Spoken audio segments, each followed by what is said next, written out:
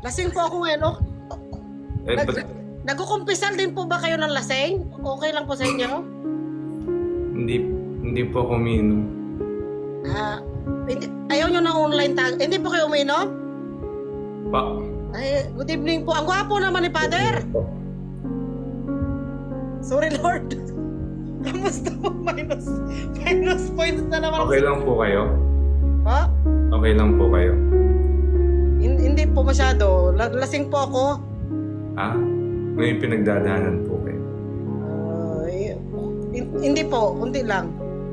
Kapag may pinagdadaanan po kayo, daanan nyo lang. Huwag po kayong tumambay. Ibig sabihin, life goes on. Diba? Continue lang ang buhay. Yan po. Amen?